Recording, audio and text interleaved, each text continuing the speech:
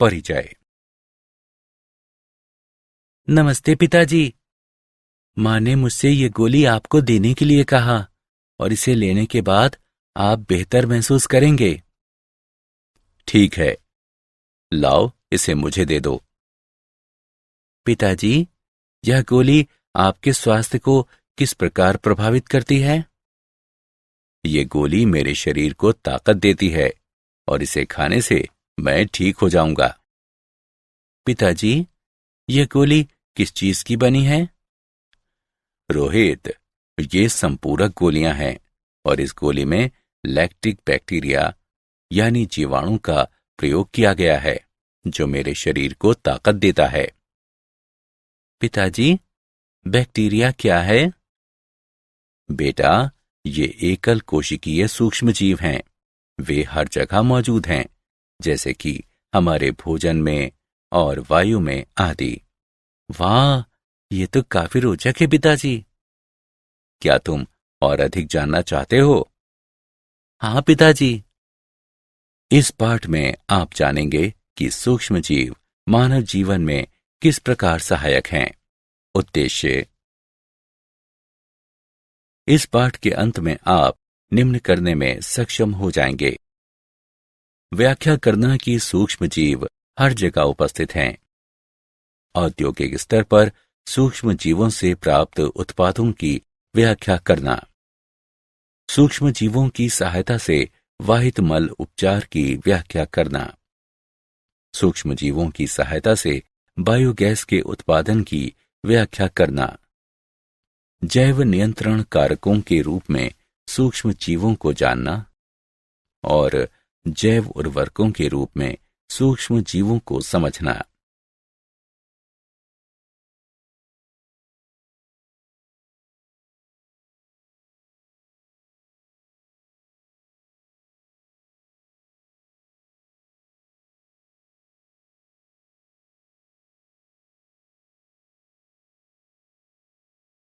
घरेलू उत्पादों में सूक्ष्म जीव। सूक्ष्म जीव बहुत छोटे जीव होते हैं। वे इतने सूक्ष्म होते हैं कि बिना किसी सूक्ष्मदर्शी के दिखाई नहीं देते, जबकि उनकी पृथ्वी पर अधिकता है। वे हर जगह रहते हैं, वायु, मृदा, चट्टान और जल में। ये सूक्ष्म जीव पादपों और जंतुओं के साथ साथ मानव शरीर में भी पाए जाते हैं। कुछ सूक्ष्म जीव मानवों, पादपों और जंतुओं में रोग फैलाते हैं, जबकि कुछ अन्य एक स्वस्थ जीवन के लिए आवश्यक हैं और हम उनके बिना जीवित नहीं रह सकते। अधिकांश सूक्ष्म जीव 4 प्रमुख समूहों में से किसी न किसी एक से संबंधित होते हैं: जीवाणु, विषाणु, कवक या प्रोटोजोआ। कई ऐसे भोज्य पदार्थ हैं जिन्हें सूक्ष्म जीवों द्वारा बनाया जाता है। उदाहरण के लिए, खट्टी गोभी का उत्पादन कटी हुई गोभी के भीतर ल्यूकोनोस्टॉक और लैक्टोबैसिलस स्पीशीज द्वारा किया जाता है। अचार बनाने के लिए खीरों को इन्हीं सूक्ष्म जीवों द्वारा किण्वित किया जाता है।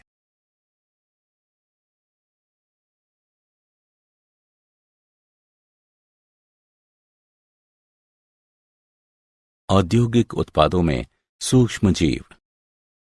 उद्योगों में सूक्ष्म जीवों का उपयोग पेयों, प्रतिजैविकों और अन्य उत्पादों का उत्पादन करने में होता है। औद्योगिक पैमाने पर हमें बहुत अधिक संख्या में सूक्ष्म जीवों की जरूरत होती है, इसलिए उन्हें बड़े पात्रों में पैदा किया जाता है, जिन्हें फर्मेंटर या किण्वक कहते हैं। किण्वित पेय। यीस्ट, स्कैरोमाइसीज, सेरेबेसी सभी अल्कोहलीय पेयों के लिए आवश्यक हैं। ये एक जीवित चीज है। आपके किण्वित पात्र में अरबों कोशिकाएं, सभी भूखे सूक्ष्म जीव जो शर्करा को कार्बन डाइऑक्साइड और अल्कोहल में बदल देते हैं। यीस्ट के अलग अलग प्रकार भिन्न भिन्न उत्पाद बनाते हैं, जैसे कि वाइन, बियर, विस्की आदि। प्रतिजैविक यानी एंटीबायोटिक। पहले प्रतिजैविक पेनिसिलिन की खोज अलेक्जेंडर फ्लेमिंग ने की थी। प्रतिजैविक एक ऐसी दवा है जो जीवाणु को मारती है या इसकी वृद्धि को कम करती है। प्रतिजैविक प्रति सूक्ष्म जीवियों की एक श्रेणी है, एक बड़ा समूह जिसमें प्रति विषाणु, प्रति कवक और प्रति परजीवी दवाएं शामिल हैं। वे परपोषी के लिए अपेक्षाकृत हानि रहित हैं और इसलिए संक्रमण के उपचार हेतु उनका उपयोग किया जा सकता है। पेनिसिलिन की क्रियाविधि। यह एक पदार्थ के उत्पादन को रोककर कार्य करता है जो कोशिका भित्ति पेप्टिडोग्लाइकेन बनाता है। इसका अर्थ है कि कोशिका विभाजित हुए या नई कोशिका भित्ति को विकसित किए बिना ही निरंतर रूप से वृद्धि करेगी, इसलिए भित्ति दुर्बल हो जाएगी और फलस्वरूप टूट जाएगी। रसायन, एंजाइम तथा अन्य जैव सक्रिय अणु। निम्नांकित तालिका कार्बनिक अम्लों और उनका उत्पादन करने वाले सूक्ष्म जीवों की एक सूची प्रदान करती है। एंजाइमों का उत्पादन सूक्ष्म जीवों लाइपेज, प्रोटीएजेज और पैक्टिनेजेज की सहायता से होता है। लाइपेज एक ऐसा एंजाइम है जो भोजन की वसाओं को तोड़ने में प्रयुक्त होता है ताकि उन्हें आंतों द्वारा अवशोषित किया जा सके। प्रोटीएजेज का आशय एंजाइमों के उस समूह से है जिसका उत्प्रेरकीय कार्य प्रोटीनों के पेप्टाइड बंधों को तोड़ना है। पैक्टिनेजेज एंजाइमों का एक ऐसा संग्रह है जो पैक्टिनों को तोड़ने में समर्थ है।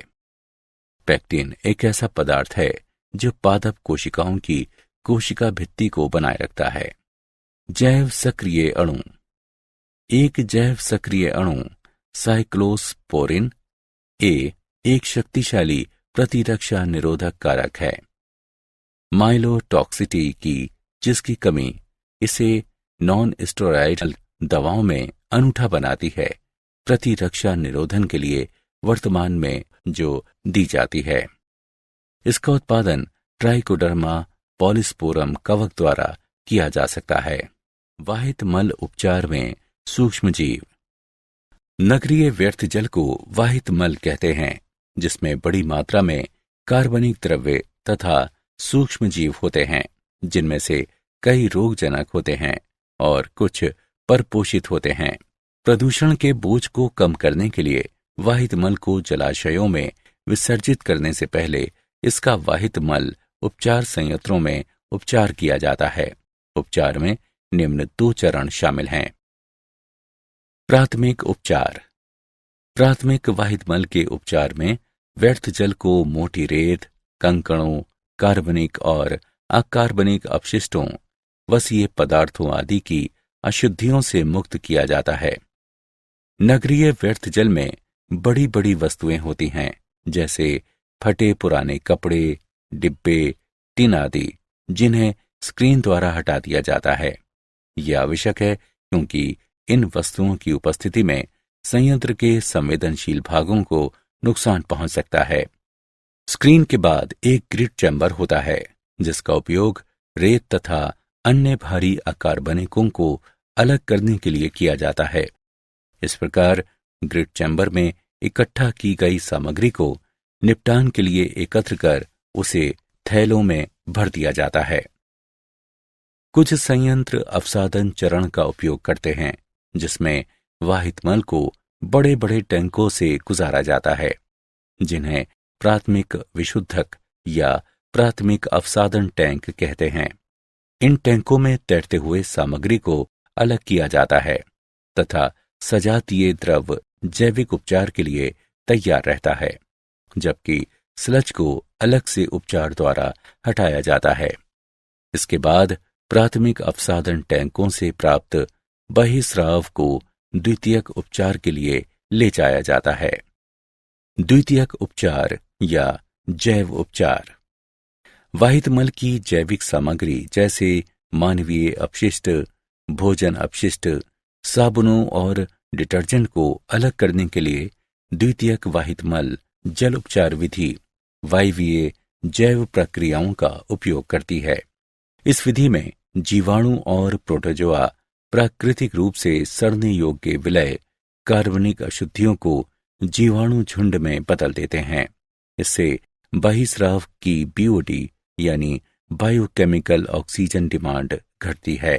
बीओडी का आशय ऑक्सीजन की उस मात्रा से है जिसकी वायुवीय सूक्ष्म जीवों को जल के एक नमूने में कार्बनिक द्रव्य को अपघटित करने के लिए आवश्यकता होती है, जैसे कि जो वाहित मल द्वारा प्रदूषित होते हैं। इसका जल प्रदूषण की सीमा की माप के रूप में प्रयोग किया जाता है।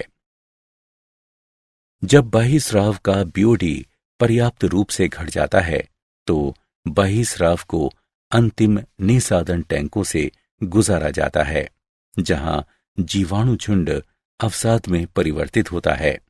यह अवसाद सक्रियित आपंक कहलाता है।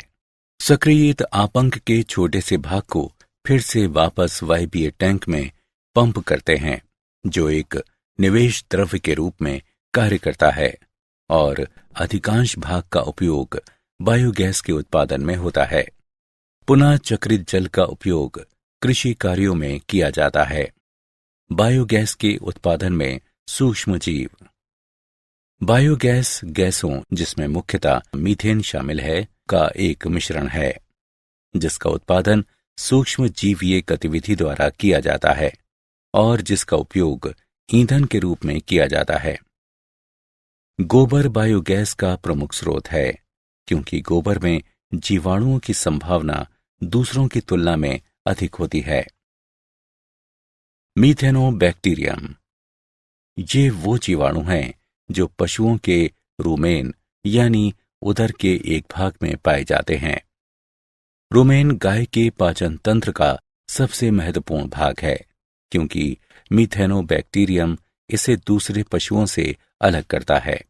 हम मीथेनोबैक्टीरियम की उपस्थिति के कारण बायोगैस निर्माण में पशुओं के मल का प्रयोग करते हैं। मीथेनोबैक्टीरियम मीथेन गैस का निर्माण करते हैं, जो अत्यधिक ज्वलनशील होती है। ग्रामीण क्षेत्रों में हम बायोगैस संयंत्र देख सकते हैं। यह जीवाणु बायो अपशिष्ट को उपयोगी खाद में भी बदल सकता है। बायोगैस संयंत्र। बायोगैस संयंत्र एक ईंट और सीमेंट की अवसंरचना होती है, जिसमें निम्न 5 भाग होते हैं: मिश्रण टैंक, निवेश कक्ष, डाइजेस्टर, निर्गत कक्ष और ओवरफ्लो टैंक। क्रियाविधि। जैव द्रव्य के विविध रूपों को जल की बराबर मात्रा के साथ मिश्रण टैंक में मिलाया जाता है। ये कर्दम का निर्माण करता है। कर्दम को निवेश कक्ष के माध्यम से डाइजेस्टर में भरा जाता है। जब डाइजेस्टर आंशिक रूप से कर्दम द्वारा भर जाता है तो कर्दम को भरना रोककर संयंत्र को लगभग 2 माह के लिए अप्रयुक्त छोड़ दिया जाता है। इन 2 माह के दौरान कर्दम में उपस्थित अवायवीय जीवाणु जल की उपस्थिति में जैव द्रव्य को अपघटित या किण्वित करते हैं। अवायवीय किण्वन के फलस्वरूप बायोगैस का निर्माण होता है, जो डाइजेस्टर के गुंबद में एकत्र होने लगती है। जब अत्यधिक बायोगैस जमा हो जाती है तो बायोगैस बलों द्वारा आरोपित दाब से प्रयुक्त कर्दम निर्गत कक्ष में चली जाती है। निर्गत कक्ष से प्रयुक्त कर्दम ओवरफ्लो टैंक में पहुंचती है। प्रयुक्त कर्दम को मानवीय तरीके से ओवरफ्लो टैंक से निकाल लिया जाता है और इसका उपयोग पादपों के लिए खाद के रूप में किया जाता है। जब भी बायोगैस की आपूर्ति की जरूरत होती है, पाइपलाइनों के एक सिस्टम से जुड़े गैस वाल्व को खोल दिया जाता है। जैव नियंत्रण कारक के रूप में सूक्ष्म जीव। जैव नियंत्रण पीड़क जीवों की संख्या को विनियमित करने के लिए एक जीव का सोद्देश्य उपयोग है। पीड़क तथा रोगों का जैव नियंत्रण विभिन्न परभक्षी कीटों या कणों या परजीवी पर्रों या सूत्रकृमियों के उपयोग द्वारा किया जा सकता है, जो पीड़क को घातक जीवाणु वाली बीमारियों से संक्रमित कर देते हैं। ये खाने योग्य तथा सजावटी पादपों दोनों के लिए पीड़क नियंत्रण की एक सुरक्षित विधि है, जो सही दशाओं में उत्कृष्ट परिणाम दे सकती है। उदाहरण के लिए, बैसिलस थोरिनजिएंसिस एक ऐसा जीवाणु है जिसके बीजाणु कुछ कीटा लार्वा के लिए जहरीले होते हैं और उन्हें मार देते हैं, लेकिन अन्य कीटों के लिए हानि रहित हैं। पादप रोगों का उपचार या नियंत्रण के लिए एक अन्य जैव नियंत्रण विकसित किया जा रहा है जो कवक ट्राइकोडर्मा है, जो मृदा तथा मूल पारिस्थितिक तंत्र में मुक्त जीवित होता है और कई पादप रोगों के विरुद्ध प्रभावी है। जैव उर्वरक के रूप में सूक्ष्म जीव। जैव उर्वरक एक ऐसा पदार्थ है जिसमें जीवित सूक्ष्म जीव होते हैं, जिन्हें जब बीज पादप की सतहों या मृदा पर छोड़ा जाता है तो ये राइजोस्फीयर या पादप के अग्रभाग में बस्ती बना लेते हैं तथा परपोषी पादप के लिए प्राथमिक पोषकों की आपूर्ति या उपलब्धता को बढ़ाकर वृद्धि का संवर्धन करते हैं। जीवाणु, साइनोबैक्टीरिया तथा कवक माइकोराइजा जीवों के 3 समूह हैं जिनका उपयोग जैव उर्वरकों के रूप में किया जाता है। जीवाणु, उदाहरण के लिए राइजोबियम, एजोबैक्टर, एजोस्पाइरिलम आदि। राइजोबियम एक मृदा में रहने वाला जीवाणु है जो लेग्यूम जड़ों में बस्ती बनाने में सक्षम है तथा ये वायुमंडलीय नाइट्रोजन को सहजीवी रूप से स्थिर करता है। साइनोबैक्टीरिया, जलीय दशा में साइनोबैक्टीरिया वृद्धि करते हैं, वायुमंडलीय नाइट्रोजन को स्थिर करते हैं तथा वातावरण में एमिनो अम्ल, प्रोटीन और दूसरे वृद्धि प्रेरक पदार्थों को मुक्त करते हैं। साइनोबैक्टीरिया के उदाहरण साइटोनेमा, नील हरित शैवाल, माइक्रोसिस्टेस आदि। कवक या माइकोराइजा। माइकोराइजा कवक के समूह होते हैं जो पादपों की जड़ों में वृद्धि करते हैं। वास्तव में ऐसे नवोद्भिद जिनमें माइकोराइजा वाले कवक होते हैं पौधारोपण के बाद अपनी जड़ों पर बेहतर तरीके से वृद्धि करते हैं और तेजी से बढ़ते हैं। कवकीय सहजीवी पादप से आश्रय और भोजन प्राप्त करते हैं, बदले में पादप कई प्रकार के लाभ अर्जित करता है, जैसे कि फास्फोरस, लवणता का अवशोषण और सूखे के प्रति सहनशीलता, जल संतुलन को बनाए रखना तथा कुल मिलाकर पादप में वृद्धि और विकास करना। क्या आप जानते हैं, अनुसंधानकर्ताओं ने मुहासों से छुटकारा दिलाने के लिए एक स्किन वायरस तैयार किया है। एक ऐसे वायरस का उपयोग करना जो प्राकृतिक रूप से उस जीवाणु को अपना आहार बनाता है जो कील मुहासे पैदा करते हैं। एक ऐसा टूल प्रदान करना है जो मुहासे के शारीरिक और मानसिक भय से निजात दिलाता है। सारांश। आइए हमने जो कुछ सीखा है उसे संक्षेप में दोहराएं।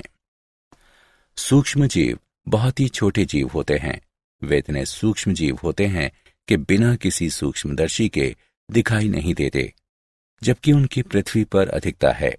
वे हर जगह रहते हैं, वायु, मृदा, चट्टान और जल में। अधिकांश सूक्ष्म जीव 4 प्रमुख समूहों में से किसी न किसी एक से संबंधित होते हैं: जीवाणु, विषाणु, कवक या प्रोटोजोआ। उद्योगों में सूक्ष्म जीवों का उपयोग पेयों, प्रतिजैविकों और अन्य उत्पादों का उत्पादन करने में होता है। पहले प्रतिजैविक पेनिसिलिन की खोज अलेक्जेंडर फ्लेमिंग ने की थी। एंजाइमों का उत्पादन सूक्ष्म जीवों, लाइपेज, प्रोटीएजेज और पेक्टिनेजेज की सहायता से होता है। वाहित मल के उपचार में प्रयुक्त सूक्ष्म जीव हैं। उपचार में 2 चरण शामिल हैं: प्राथमिक उपचार और द्वितीयक उपचार। बायोगैस गैसों का एक मिश्रण है जिसमें मुख्यतः मीथेन शामिल होती है, जिसका उत्पादन सूक्ष्म जीवीय गतिविधि द्वारा किया जाता है और जिसका उपयोग ईंधन के रूप में किया जा सकता है। बायोगैस का उत्पादन बायोगैस संयंत्र में किया जाता है। बायोगैस संयंत्र ईंट और सीमेंट की अवसंरचना होती है। इसमें निम्न 5 भाग होते हैं: मिश्रण टैंक, निवेश कक्ष, डाइजेस्टर, निर्गत कक्ष और ओवरफ्लो टैंक। जैव नियंत्रण पीड़क जीवों की संख्या को विनियमित करने के लिए एक जीव का सौद्देश्य उपयोग है।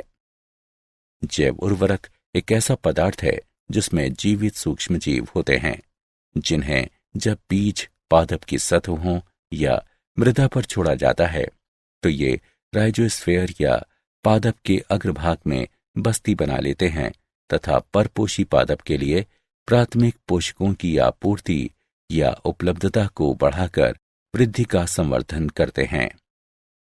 जीवाणु, साइनोबैक्टीरिया तथा कवक यानी माइकोराइजा जीवों के 3 समूह हैं जिनका उपयोग जैव उर्वरकों के रूप में किया जाता है।